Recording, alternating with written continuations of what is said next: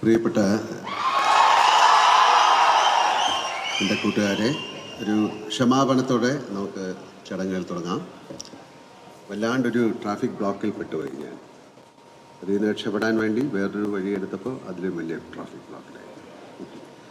എന്തായാലും വരാൻ കഴിഞ്ഞു. ഒരു മണിക്കൂറോളം താമസിച്ചു. അതിലുള്ളൊരു ക്ഷമാപണത്തോടുകൂടി നമുക്ക് സംസാരിക്കാം. ഞാനൊരു പ്രസംഗമൊന്നും നടത്തുകയല്ല, നിങ്ങളോട് ഇങ്ങനെ ഒരു പ്രസംഗം നടത്തേണ്ട കാര്യമൊന്നുമില്ല.